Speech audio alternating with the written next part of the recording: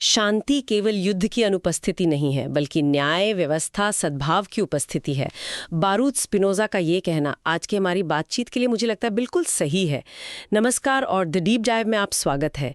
आज हम एक अहम अंतर्राष्ट्रीय डेवलपमेंट पर गहराई से बात करने वाले हैं। बहरीन एक छोटा सा खाड़ी देश है। वो 2026-2027 के लिए संयुक्त राष्ट्र सुरक्षा परिषद मतलब यूएनएससी का अस्थायी सदस्य चुना गया है। हमारे पास इस पर कुछ अच्छे विश्लेषण और लेख हैं। हमारा मकसद है कि इस चुनाव के अलग अलग पहलुओं को समझें कि भाई बहरीन के लिए इसके क्या मायने हैं, अब्राहम समझौते पर क्या असर पड़ेगा और सबसे ज़रूरी फ़िलिस्तीनी मुद्दे के लिहाज से कितना महत्वपूर्ण है। और हाँ, जो लोग यूपीएससी की तैयारी कर रहे हैं उनके लिए ये चर्चा अहम हो सकती है, मेंस और प्रीलिम्स दोनों के लिए, और सामान्य जानकारी के लिए तो खैर है ही। तो चलिए शुरू करते हैं। बहरीन यूएई के बाद दूसरा अब्राहम अकॉर्ड वाला देश है जिसे यूएनएससी में ही जगह मिली है। पहली नज़र में तो लगता है कि हाँ, उनकी इंटरनेशनल स्टैंडिंग बढ़ रही है। उन्होंने वर्तमान और भविष्य के लिए शांति के पुल बनाना ऐसा कुछ नारा भी दिया था अपने कैंपेन में। हाँ बिल्कुल, ये उनकी ग्लोबल प्रोफाइल को तो निश्चित रूप से ऊपर उठाता है। और वो शांति के पुल वाला नारा वो उनकी इमेज बिल्डिंग के लिए है, एक पीस मेकर की तरह। और इससे वो अमेरिका जैसे मतलब यूएनएससी के P5 मेंबर के और करीब आते हैं। पर देखिए, कहानी का एक दूसरा पहलू भी है। अच्छा। हाँ, जो शायद ज्यादा पेचीदा है, और वो जुड़ा है अरब वर्ल्ड के प्रतिनिधित्व से और जाहिर है फिलिस्तीनी मुद्दे से, जो हमेशा से अरब देशों की विदेश नीति का एक सेंटर पॉइंट रहा है। तो यहीं पर बहरीन का असली डिप्लोमेटिक टेस्ट शुरू होता है। आपने यूएई का जिक्र किया, वो 2022-23 में सदस्य थे। तो उनके अनुभव से क्या हमें कोई अंदाजा मिल सकता है कि बहरीन क्या कर सकता है, या मतलब क्या चैलेंज फेस कर सकता है? हाँ, ये बहुत रिलेवेंट पॉइंट है। यूएई ने अपना कार्यकाल इस्तेमाल किया मानवीय मुद्दों को उठाने के लिए, खासकर फिलिस्तीन से जुड़े हुए। उन्होंने फिलिस्तीनी इलाकों में इजरायली बस्तियों के विस्तार को रोकने के लिए एक प्रस्ताव का ड्राफ्ट बनाने में अहम रोल निभाया था। हाँ, वो खबरों में था। बिल्कुल। हालांकि वो पास नहीं हुआ, लेकिन उन्होंने दिसंबर 2023 में गाजा पट्टी में मानवीय मदद बढ़ाने के लिए एक प्रस्ताव रेजोल्यूशन 2720 पास करवाने में कामयाबी हासिल की। उसको 13 सदस्यों का समर्थन मिला था, हालांकि अमेरिका और रूस ने वोट नहीं किया था। तो ये दिखाता है कि अब्राहम अकॉर्ड के बाद भी यूएई ने यूएनएससी में फिलिस्तीनी मुद्दे पर एक, कह सकते हैं, एक्टिव रोल निभाया। अच्छा, तो मतलब यूएई का उदाहरण ये बताता है कि अब्राहम समझौते के बाद भी ये देश यूएनएससी जैसे मंच पर फिलिस्तीनी मुद्दे को नज़रअंदाज नहीं कर सकते, या शायद करना नहीं चाहते। तो क्या इजराइल इस बात से थोड़ा परेशान हो सकता है कि बहरीन भी शायद यूएई से भी ज़्यादा खुलकर इस मुद्दे को उठाएगा कि जो द्विपक्षीय रिश्ते हैं वो मल्टीलैटरल प्लेटफॉर्म पर अलग दिखें? निश्चित रूप से ये इजराइल के लिए चिंता की बात हो सकती है।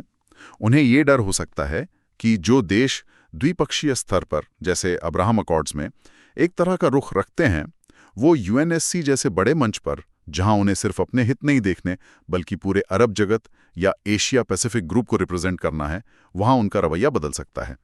खासकर जब अरब देशों का जो पारंपरिक स्टैंड है वो फिलिस्तीनी मुद्दे पर काफी साफ रहा है और इजराइल की नीतियों के काफी हद तक खिलाफ रहा है। तो ये एक तरह का टकराव पैदा कर सकता है। तो खुद बहरीन ने चुनाव के बाद क्या कहा है? वो अपनी भूमिका को कैसे देख रहे हैं, कुछ बताया उन्होंने? हाँ, बहरीन ने काफी साफ संकेत दिए हैं।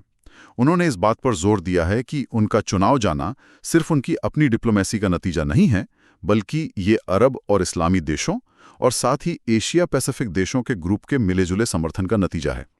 ये बयान अपने आप में अहम है। हाँ, ये दिखाता है कि वो खुद को एक बड़े ग्रुप का प्रतिनिधि मान रहे हैं। बिल्कुल।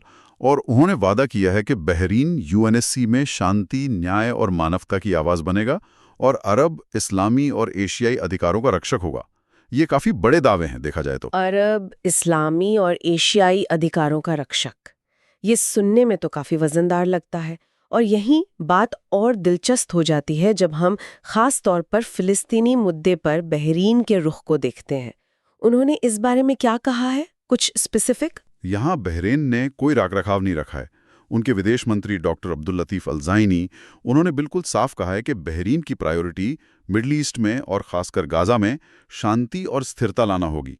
वो युद्धविराम, सभी बंधकों और बंदियों की रिहाई, मानवीय मदद और पुनर्निर्माण के जो प्रयास हैं उनका पूरा समर्थन करेंगे। लेकिन इससे भी ज्यादा अहम बयान उन्होंने दिया था अगस्त 2025 में जिद्दा में ओआईसी की मीटिंग में। हाँ, इस्लामिक सहयोग संगठन ओआईसी की विदेश मंत्रियों की बैठक में।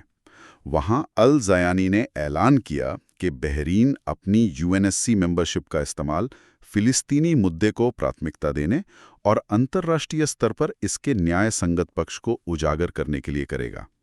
और उन्होंने फिलिस्तीनी लोगों के उनके जायज़ अधिकारों और कब्जे को समाप्त करने के प्रयास में पूर्ण समर्थन का भी वादा किया। अरे बाप रे, ये तो वाकई बहुत मजबूत बयान है। फिलिस्तीनी मुद्दे को प्राथमिकता देना, कब्जे को समाप्त करने का समर्थन, ये शब्द तो अब्राहम समझौते की जो स्पिरिट है उससे काफी अलग लगते हैं।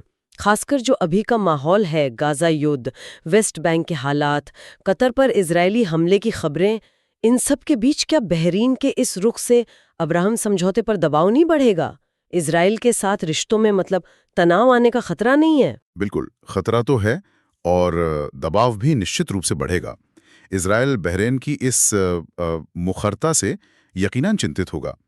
ये बयान दिखाते हैं कि बहरीन अपनी विदेश नीति में कम से कम पब्लिकली फिलिस्तीनी कॉज को सबसे आगे रख रहा है। जैसा आपने कहा, कत्ल पर हमले के बाद खाड़ी देशों की प्रतिक्रिया, गाजा युद्ध, वेस्ट बैंक, इन सब के बीच टेंशन पहले ही बहुत ज्यादा है। ऐसे में बहरीन का यूएनएससी में ये स्टैंड लेना उनके इजराइल के साथ बायलैटरल रिलेशन के लिए एक चैलेंज बन सकता है। एक और बात है, बहरीन ने मई 2024 में 33वें अरब समिट की मेजबानी भी की थी मनामा में। तो क्या ऐसा हो सकता है कि बहरीन अपने यूएनएससी सीट का इस्तेमाल उस समिट के एजेंडे को आगे बढ़ाने के लिए करे? हाँ, और बहरीन ने इसके साफ संकेत भी दिए हैं। मनामा में जो समिट हुआ था, उसकी घोषणा में अरब नेताओं ने फिलिस्तीनी मुद्दे के हल के लिए यूएन के अंडर एक इंटरनेशनल पीस कॉन्फ्रेंस बुलाने की बात कही थी। और दिलचस्प बात यह है कि बहरीन ने खुद उसे होस्ट करने की पेशकश की थी। अच्छा। और उस घोषणा में एक और अहम बात थी कि जब तक टू स्टेट सोल्यूशन लागू नहीं होता, तब तक फिलिस्तीनी इलाकों में यूएन की पीस कीपिंग फोर्स तैनात की जाए। अब यूएनएससी की मेंबरशिप बहरीन को इन प्रस्तावों पर एक्शन लेने या कम से कम उन पर नजर रखने का एक डायरेक्ट प्लेटफॉर्म देती है। वो इन मुद्दों को सुरक्षा परिषद के एजेंडे पर पुश कर सकता है। ये सब सुनकर तो ऐसा लग रहा है कि बहरीन पूरी तरह से अरब और फिलिस्तीनी पक्ष की तरफ झुक रहा है। लेकिन क्या तस्वीर इतनी ही सिंपल है, या वो कोई बैलेंस बनाने की भी कोशिश कर रहे हैं? आखिर वो शांति के पुल वाली बात भी तो थी। यहीं पर कहानी का सबसे दिलचस्प मोड़ आता है। बैलेंस बनाने की कोशिश बिल्कुल साफ दिख रही है। इजराइल के लिए यह नोट करने वाली बात है कि बहरीन ने यूएनएससी चुनाव के बाद अपने लगभग हर बयान में जहां उन्होंने फिलिस्तीनी अधिकारों की बात की, वहीं साथ साथ एक सुरक्षित इजराइल और सभी बंदूकों की बिना शर्त रिहाई, इन बातों पर भी लगातार जोर दिया है। अच्छा, तो ये मतलब सिर्फ एक तरफा नहीं है? नहीं, ये एक सोची समझी स्ट्रैटेजी लगती है। एक तरफ वो फिलिस्तीनी मुद्दे और अरब वर्ल्ड की आवाज बन रहे हैं, तो दूसरी तरफ इजराइल की सिक्योरिटी कंसर्न्स और हॉस्टेज के मानवीय मुद्दे को भी एक्नॉलेज कर रहे हैं। तो इसका मतलब ये हुआ कि वो सिर्फ अरब पोजीशन को उठा नहीं रहे, बल्कि शायद उसे थोड़ा मॉडरेट करने या उसमें कुछ प्रैक्टिकल एंगल जोड़ने की भूमिका भी निभाना चाहते हैं। बिल्कुल सही समझा आपने। ये उन्हें एक बहुत ही यूनिक और कह सकते हैं नाजुक स्थिति में डालता है। वो अरब स्टैंड को आवाज दे रहे हैं, लेकिन साथ ही उसमें इजराइल की चिंताओं को भी शामिल करके शायद बातचीत और समाधान का एक रास्ता खोलने की कोशिश कर रहे हैं। इजराइल के लिए भी ये अहम है। क्यों? क्योंकि अगर कोई और अरब देश होता जो अकॉर्ड का हिस्सा नहीं है, तो शायद वो इतनी बैलेंस भाषा इस्तेमाल ना करता। तो बहरीन के पास ना केवल अरब पोजीशन रखने का, बल्कि उसे शायद थोड़ा मॉडरेट करने का, उसे ज्यादा प्रैक्टिकल बनाने का भी एक मौका है। वो एक पुल बनने की कोशिश कर सकते हैं, जैसा उनके नारे में था। तो अगर हम बहरीन के इस आने वाले यूएनएससी कार्यकाल का एक पूरा मूल्यांकन करें, तो क्या कहेंगे सबसे बड़ी चुनौती क्या होगी उनके सामने, और उनकी कामयाबी किस बात पर निर्भर करेगी? देखिए, उनका ये जो 2 साल का कार्यकाल है, ये इस बात का एक लिटमस टेस्ट होगा कि वो इन अलग अलग और कई बार एक दूसरे के विपरीत उम्मीदों के बीच कैसे बैलेंस बनाते हैं। एक तरफ अरब यूनिटी है, मनामा समिट की प्राथमिकताएं हैं, दूसरी तरफ अब्राहम अकॉर्ड के तहत इजराइल और अमेरिका की उम्मीदें हैं। उन्हें अपने शांति के पुल बनाने वाले नारे को जमीन पर उतारना होगा, उसे ठोस डिप्लोमेटिक एक्शन में बदलना होगा। और ये कहना आसान है, करना बहुत मुश्किल। और इसमें रिस्क क्या है अगर ये बैलेंस नहीं बना पाए तो? सबसे बड़ा रिस्क यही है कि अगर सुरक्षा परिषद की बहसें बहुत ज्यादा पोलराइज्ड हो जाती हैं और बहरीन को किसी एक तरफ ज्यादा झुकना पड़ता है, तो इजराइल के साथ उनके रिश्ते बिगड़ सकते हैं। अब्राहम अकॉर्ड, जो अभी नया ही है, उस पर असर पड़ सकता है। दूसरी तरफ अगर वो अरब या फिलिस्तीनी मुद्दे पर उतने मुखर नहीं दिखे जितनी उम्मीद की जा रही है, तो अरब वर्ल्ड में उनकी क्रेडिबिलिटी कम हो सकती है। तो उनकी सफलता इसी बात पर निर्भर करेगी कि वो ये दोहरी भूमिका, फिलिस्तीनी कारण की वकालत करते हुए इजराइल की सिक्योरिटी कंसर्न्स को भी एक्नॉलेज करना, इसे कितनी कुशलता से निभा पाते हैं। ये बहुत ही बालीग डिप्लोमेसी का खेल होगा।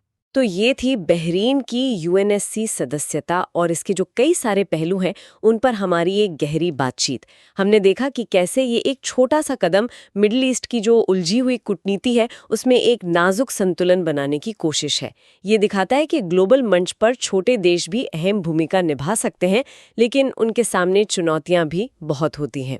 निश्चित रूप से ये कार्यकाल बहरीन की डिप्लोमैटिक स्किल, उसकी मैच्योरिटी और उसके असर का एक बड़ा इम्तिहान होगा। दुनिया देखेगी कि क्या वो वाकई अलग अलग विरोधी हितों और ताकतवर देशों के बीच एक असरदार पुल बन सकते हैं, या फिर ये उम्मीदें कुछ ज़्यादा ही थीं। उनकी सफलता या असफलता इसी बात से तय होगी कि वो अपने शांति के पुल बनाने के लक्ष्य को कितना हकीकत में बदल पाते हैं। और हाँ, यूपीएससी की तैयारी करने वाले साथियों के लिए ये मामला कई एंगल से ज़रूरी है। IR, middle east geopolitics, UNSC की फंक्शनिंग और उसकी लिमिटेशंस, अब्राहम अकॉर्ड्स का भविष्य, मल्टीलैटरलिज्म बनाम बायलैटरलिज्म और इस रीजन में बदलते समीकरणों का भारत के हितों पर क्या असर हो सकता है, ये सब समझने के लिए बहरीन का ये कार्यकाल एक अच्छी केस स्टडी है। इसमें आपको जीएस पेपर 2 और प्रीलिम्स दोनों के लिए काफ़ी कुछ मिल सकता है। और अब जाते जाते आपके सोचने के लिए एक सवाल छोड़ जाती हूँ। क्या बहरीन जैसा एक छोटा खाड़ी देश जिसकी अपनी सीमाएं हैं, सच में यूएनएससी जैसे पावरफुल मंच पर, जहां P5 देश अपने वीटो के साथ बैठे हैं और जहां दशकों पुराने गहरे संघर्षों का साया है, क्या वो सार्थक रूप से पुल निर्माण जैसा मुश्किल काम कर सकता है? या मौजूदा इंटरनेशनल सिस्टम में ये एक बहुत ही एम्बिशियस, शायद नामुमकिन सा लक्ष्य है? अगर आपको ये विश्लेषण जानकारीपूर्ण लगा हो तो प्लीज़ इसे लाइक करें और हमारे चैनल द डीप डाइव को सब्सक्राइब ज़रूर करें। अगर आपके कोई सवाल या विचार है तो नीचे कमेंट सेक्शन में हमें बताएं। हम कोशिश करेंगे कि भविष्य में ऐसे और विषयों पर बातचीत लेकर आते रहें। सुनने के लिए धन्यवाद।